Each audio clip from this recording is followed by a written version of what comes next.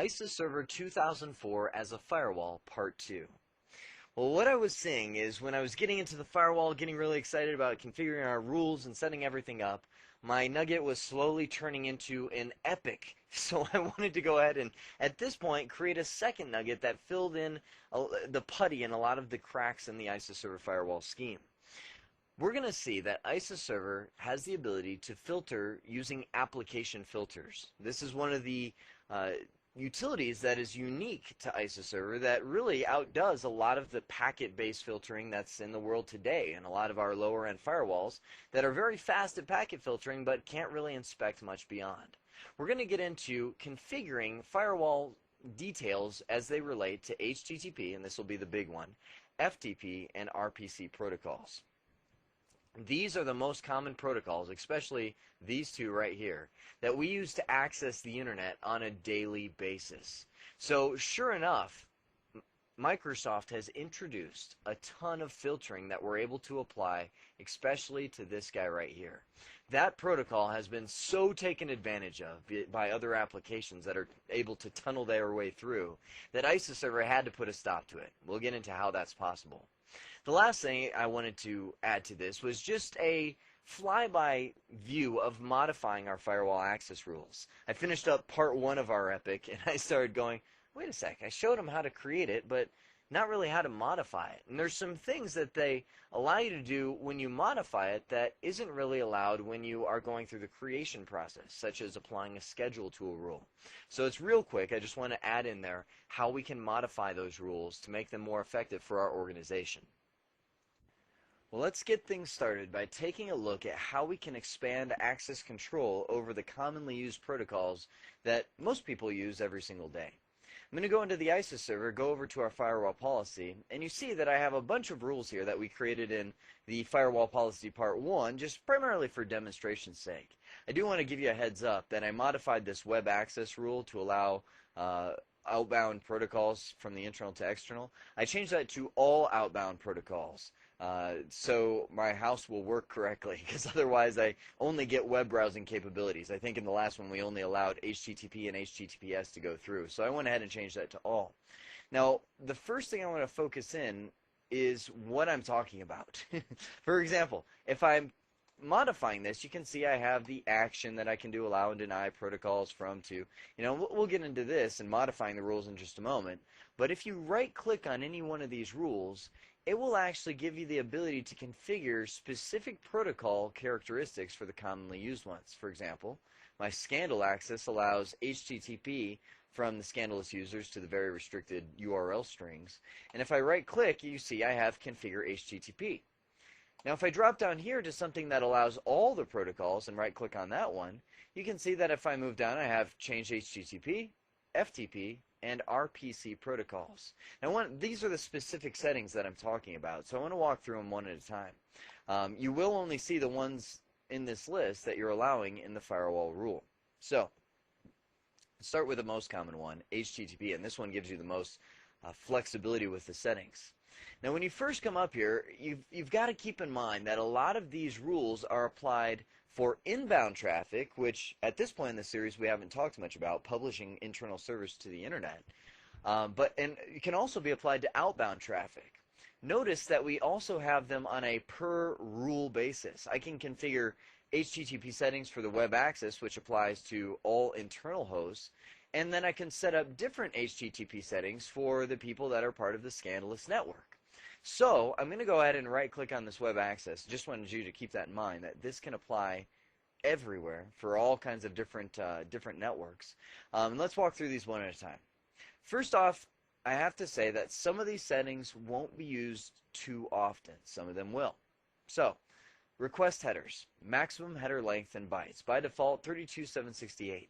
This is the entire header string that is sent in an HTTP request. I'm not talking about the data, what's being downloaded or uploaded to a web server.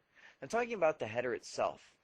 If the headers are too big, you can actually engineer certain headers and construct specific HTTP requests that could exploit known and unknown buffer overflows. For example, you can actually send a header that's too big to some older internet information servers, and it will cause the whole system to crash. And at that point, can allow the intruder to gain access to the server platform itself. That's known as a buffer overflow. So on the on the ISA server, we can put a maximum header length limit on, in this case, it's our outgoing request. So people on our internal network will not be able to hack servers on the internet by sending buffer overflow requests, at least those that are greater than 32,768 bytes. Do keep in mind that we can apply these on the inbound direction as well. So this could be protecting our inbound web server. Now we drop down here. This one I haven't seen too many practical uses for. Request payload, allow any payload length is the default, and this is the data itself. And the only reason I could see this is maybe, I'm stretching it here. Maybe you have an internal web server and you only want certain requests sent to it that are a certain limit. Now, I'm not talking about header. I'm talking about the actual payload of a packet, the data portion itself. And I think you can see why I'm struggling to find a practical example with it. Again, like I said, some of these features you'll use all the time, some of them not very often. This can limit the length of the payload of an HTTP packet. Now we come down here and hit URL protection. This is closely related to the request header. This is the entire header of an HTTP packet. This is the URL string, meaning the URL, when I type in, go into a web browser and I type in http:// blah, blah, blah, blah, you know, this is a URL right here. And I can limit the maximum length of that. It's part of the header of a packet. And I can say the total length is 10 kilobytes. Now that's pretty large. That's by default a pretty large URL request, and you may want to keep it at that. You might want to lower it, to 8,000 bytes or so on. But do know, if you lower it too much, you've limited people into the websites that they're able to access. I'm sure you've seen when you log into something like Hotmail or online banking, that URL can get really big. Because in that URL, they're actually having different access codes placed for your account or your email attachments. There's all kinds of stuff that can cause that URL to get pretty large. So start off with a pretty large one, or you might even go with a smaller one. And then if you've run into any problems, people complaining that certain strings won't work, then go ahead and crank it up. If you make it too large, then you open up outside web servers in this case, or if this is for your internal web server, you open that up to incoming attacks by sending those URL overflows, buffer overflow requests, which crashes the web server. Now, do know that web servers themselves, modern ones, protect against a lot of those, but still, there are still strings that can be sent, some of them that haven't even been discovered as of yet, to certain web servers that can cause them to crash. Search any hacking website and they'll give you a ton of common ones that you can use. I'm not trying to train you to be a hacker. I'm just saying they're everywhere. URLs that you can send to make something blow up. This relates closely. These all relate closely, but you can see URL protection, the maximum query length. A query is in a URL. It actually appears, let me open a web browser again. It appears after, let me see if I can make one appear here. Let me go to Google. Let me lower the security settings on my web server. Let me just do actually, you know what? I don't think I have, I have not set up access from the local host to the internet. Let me see if I can grab my Windows XP box, bring it over here. Bring up Internet Explorer. This one has access, so I'm going to go ahead and bring this one up. Forgive the delay on my spontaneous, somewhat lagged demonstration. Detecting the proxy settings. There we go. All right, so I'm going to go to google.com, and let's just do a query for ISO server. And ISO server comes up, Microsoft's website. You can see right here, perfect. Right here you have the question mark in that URL string. Everything after that is considered a query. And using ISO server, you can limit, close that, you can limit the query length. Now, a query is also another way of sending a buffer overflow attack. You can send strange queries. As a matter of fact, what did I just see? I just saw something. Oh, there's a website. And again, please, I'm not trying to train you guys to be hackers by any means, but being firewall administrators, I think you know that the best security admin is one who's a hacker. I think his website is johnny.ihackstuff.com. Let's see if I spelled that right. Hey, there it is.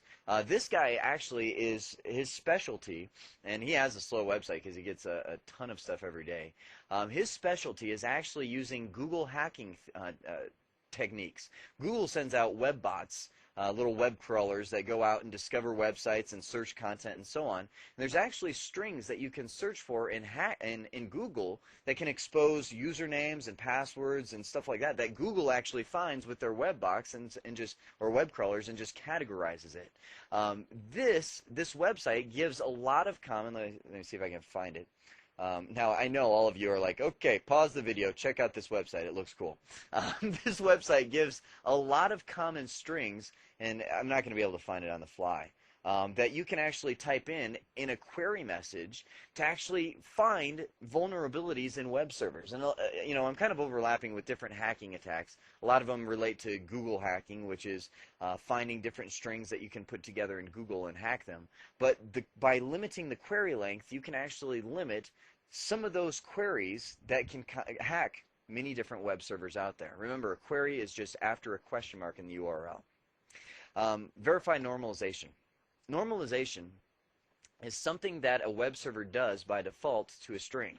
You might have seen in a Internet Explorer string, let me just stop this, something like this, http://www.cbtnuggets.com/ and again, I'm just making this up. So we'll say Jeremy parentheses, or sorry, %20 chara %20 ISA %20 server. Okay, this is actually a unnormalized string, meaning that there's no way to put in a URL spaces. So they have these codes that you can put in there. For instance, %20 is a commonly used code for a space. It's an escape character. And a web server will grab that string and convert it and put the spaces in. So it would actually come out to a web server after normalization has occurred to look something like this, to where it's Jeremy space char. You get the idea. ISA space server. Now that is the normalization process. With verify normalization, there's a lot of common attacks that will actually put embedded %character strings. They call them double encoded requests, meaning that you'll have the normal % codes, and %20 is just one of them that represents a space, but then you'll also embed these other % codes that once the web server normalizes it, it's like there's this second group of unnormalized strings that can then unleash an attack. There's many attacks that can be done on a web server by embedding unnormalized, and I know that's not the word for it, it's kind of a double encoded request to a web server. So here's what this does. Let me boil it down. Verify normalization allows the ISA server, anytime it gets a web request, incoming or outgoing, depending on where this rule applies, to normalize the request for itself, then do a double normalization, do a secondary normalization, and compare the two strings. That way, if it has those double encoded requests, it will find them and then say, whoa, this is double encoded, drop it. It will actually keep that request from going through. Now, most of the time you should keep this checked. However, there are some web applications that have problems because they use double encoded strings. It's usually a poorly coded web application, but sometimes they're out there. So if you're having people that are having problems and you're monitoring it, which we'll show you how to monitor too later on, and you're monitoring and you're seeing the URLs that are failing as the ones with double encoded, you might need to uncheck that so that the ISA server will allow those double encoded requests to go through. Now the last two. And I've spent enough time on this tab, so let me scurry along. Block high bit characters is used in strings that use extended languages. For example, you might have a URL that uses an extended character set like Chinese or something like that. That would be considered high-bit characters. By unchecking that, you allow those through. By checking that, you block them. Again, high-bit characters can be used minimally sometimes in hacking attempts. Not one I'd really be concerned with. Finally, block responses containing Windows executable content. Excuse me. That one allows you to block websites, incoming or outgoing, depending on the direction of the rule, that has .exe files or .com files or something that Windows can execute. Again, this is a good one. You might go, oh, immediately, oh, there's a lot of, worms, there's a lot of viruses that can be downloaded. I'm checking that. But also remember, there's a lot of stuff on the internet that's executable out of the box. For example, I download WinZip all the time, and it comes in a .exe format because they assume that you don't have some kind of compression expansion utility. This may come back to haunt you because people will not be able to download anything with a .exe extension. Now let's move on to the other 4 tabs. This general one is a big one, which is why I spent some time on that. Methods. Methods are actually the types of requests that hosts can send to a web server to do certain actions. For example, well, take a look at that. That's something I've never seen before. And let's get out of that and go back in. Wow. Was that a bug? Did you see that? Did I catch that on video? What just happened there? That was amazing. I've never seen it where it blanks out like that. Wow, that was something. Okay, it's obviously there now. So ISO Server Service Pack 1 or 2 will fix that. So we have methods. Methods, as I mentioned, is something that you can use to communicate with a web server. You might have heard of these before. For instance, you can, the most common method that you have is a GET method. You go to a web server and you send a GET method to get content. You can do a PUT method or a POST method to a website to allow you to send content to them. By default, all methods are allowed, and most of the time, that's what you want to do. GET, PUT, POST are the common ones. There's also some not so common ones like checkout, search, head. I mean, there's all kinds of methods that are out there, and there's even some proprietary methods. For instance, Outlook Web Access uses a lot of proprietary methods that only Internet Explorer supports to get remote procedure calls to work across HTTP. So it's pretty rare that you would do this, but I could say, allow only specific methods or allow all others except, for instance, maybe I don't want somebody uploading to a website. I can say block the PUT method or block, I don't want somebody posting to a website. To block the POST method. So this will block certain methods and allow all the others, the ones that I have in this list, being blocked. Again, you can change the effect of this by changing the action taken. Now, jumping over here to extensions, this allows, what extensions you're able to download through HTTP. Again, allowing only specific extensions, just like the methods. You can click on Add, and these are file extensions, as you can see, .exe, .html, .shtml. I mean, there's more file extensions in the world than I could begin to even quote. So you can restrict and say only certain extensions are allowed, or all extensions except these are allowed, or allow all extensions, which is the default. Again, filtering on the extension of the file name. Down below, you see this checkbox that says block requests containing ambiguous extensions. That just means ISO server can't figure out what the extension is because the file doesn't have one. Occasionally you run into files here and there that just don't have an extension. Most of the time you have to stick one on there. These are usually text files, or sometimes I've seen like registry files that don't have an extension. So if you want to filter out the files without an extension, go ahead and check that box. Again, make sure you know what that could entail, because sometimes I know I've downloaded files that don't have extensions, and it's usually a text file I have to open with Notepad and figure that out. Now we come to the headers one, and I think this one is a pretty neat one. You can actually do a lot of stuff with this tab. It says allow all headers except the following, and you can actually add certain request headers that you do not want to allow to go through your ISO server. Now this is really handy if you want to filter certain headers that are typically applications that are tunneling through HTTP. I don't know if you've heard of this, but this is one of those things that has really taken form over the last few years. They know that firewall administrators allow port 80 because that's web access. So people that design applications know their strange port numbers that they use for like peer-to-peer file sharing or instant messengers will most likely just be blocked by a firewall admin. So what they do is configure their application to tunnel its data out port 80. But inside of the port 80 is a request header, and this, by the way, this is all application layer filtering. It's looking at the actual application data in an HTTP header. We're not looking at port number anymore. And it says you can look inside of the packet and find what kind of header to block. For example, there's a lot of peer-to-peer file sharing applications that will actually use an HTTP header that looks something like, it's usually P2P-agent. And again, you'll have to go out on the web. They're known as application signatures. Search on Google for HTTP application signatures, and you'll actually find, matter of fact, I've got one pulled up right over here, and it is from none other than Microsoft TechNet that I went ahead and accessed. And you can see inside of here, if I scroll down, you can see MSN Messenger puts a request header. MSN Messenger can tunnel out port 80, and it signs it as MSN Messenger. So you can actually, if you want to deny MSN Messenger, just go ahead and put in there MSN Messenger, which is in the header.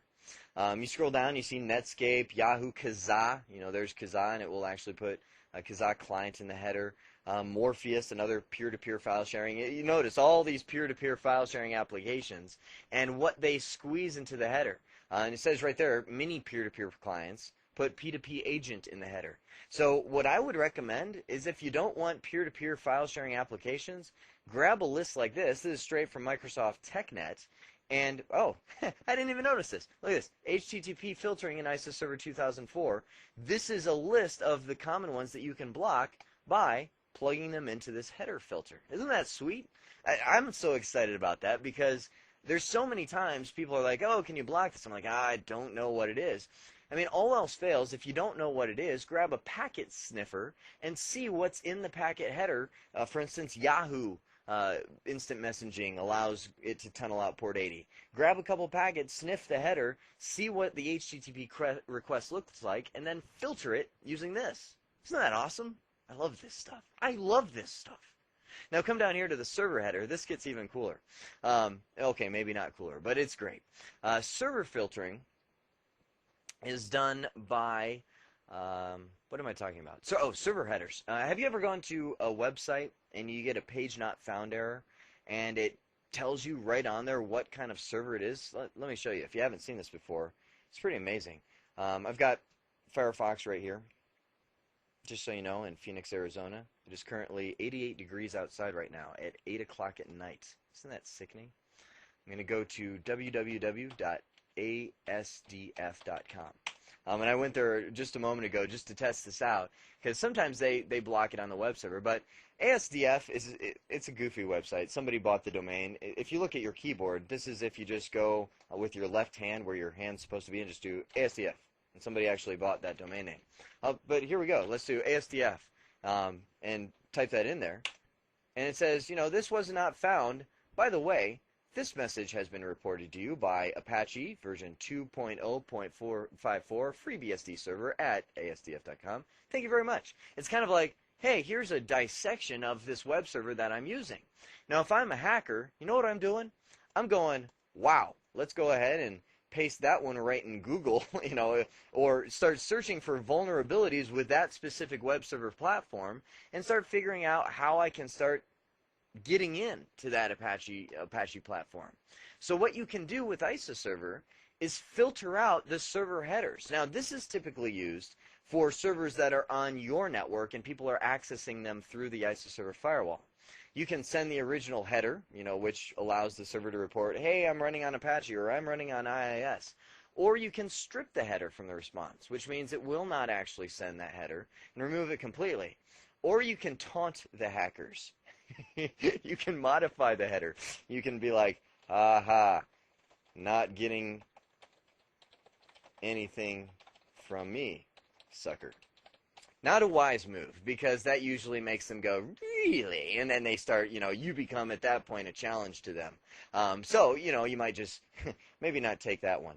Go ahead and do private or something like that, to where it actually blocks it and removes it. Or you can think of any kind of message that you would like to deliver whenever a server sends a response and puts that response in there. Usually a client could care less what web server you're running, so I would definitely recommend to modify any servers that you publish. Down here, we have the VIA header. VIA. VIA is plugged in by any proxies that you go through. For example, when you are on the internal network and you go through ISA server, it actually squeezes a little shim in the header that says you have been redirected via, and it plugs in its server name. I would recommend going in here, putting in a modification, and just put private. Because at that point, the ISA server won't expose. I know the server name isn't that big a deal, but sometimes people name servers stuff like ISA New Jersey Accounting or something like that, and people are like, oh, that's what that's for. So you can just strip that VIA header out by modifying it and putting in private, and at that point, it will not tell you what proxy servers have been bounced through.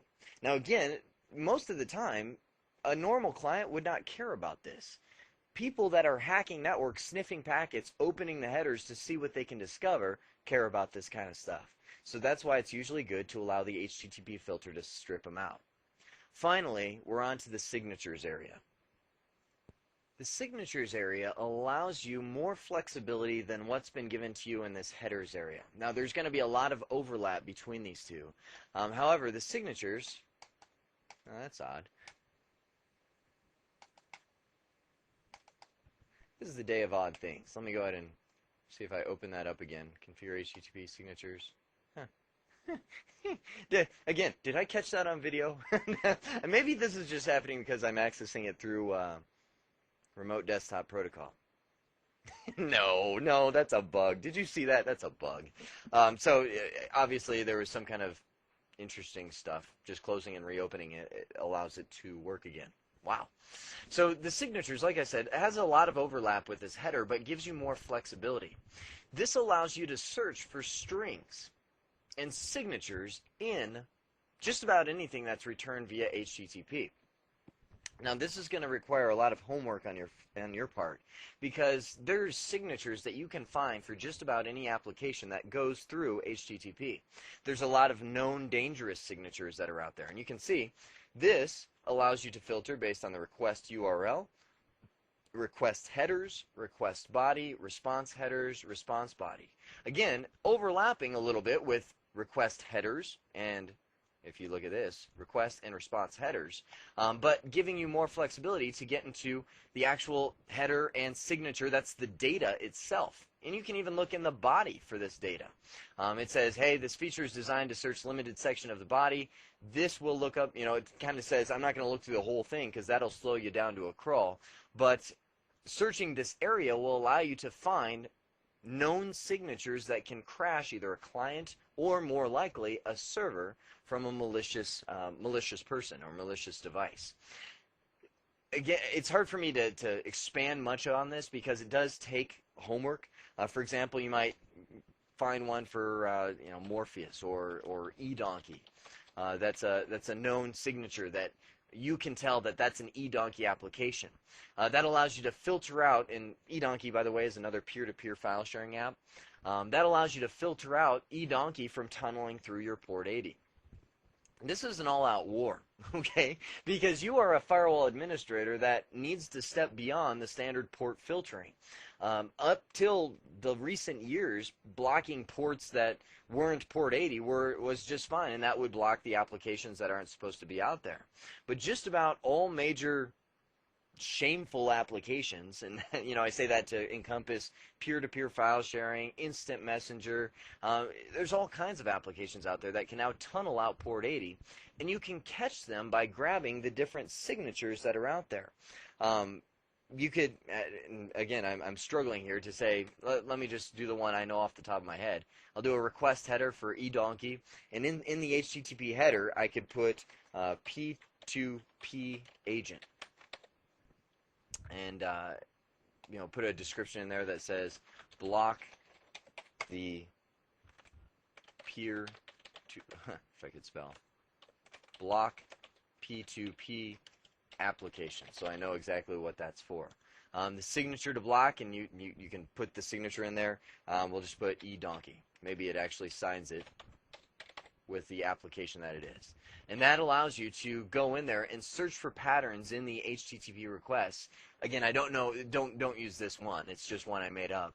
This is one that you'll have to search for. Just go to Google, type in HTTP requests space peer-to-peer applications, and you'll be able to start looking in for all the HTTP request headers and signatures that you can match to block a lot of common applications.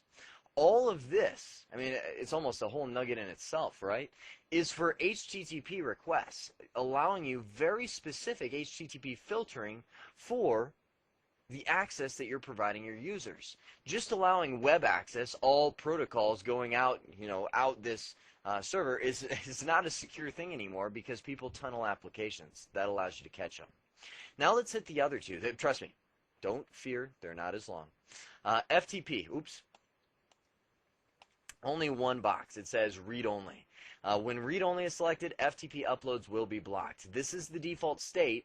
This is going to, it's going to cause you a nightmare because I do FTP uploads all the time. I send huge files using FTP. And when I first deployed ISO server in my home, it wouldn't work. And I was thinking, what's going on? Because I can log in, I can download, but when I upload, it just failed. That's because by default, it's read only. FTP uploads are not allowed. And for a lot of organizations, that's good because otherwise confidential information could be leaked out by people sending FTP uploads with, the confidential company data. So, read only or not read only is the question. The final one is the RPC protocol. Now, I don't get too deep into coding, application development. It's just not my thing. I'm more of a network infrastructure guy. But this enforces strict RPC compliance. RPCs are remote procedure calls. These are typically used for Windows machines to allow applications to get more functionality in communication across the network. Now, by default, this is checked, which means very simple RPC calls are only allowed. You can't do too much complex stuff. A lot of applications use things like DCOM, which is again an application developer thing, a protocol that can be used to allow applications to work across the network. By default, by checking this box, DCOM is not allowed.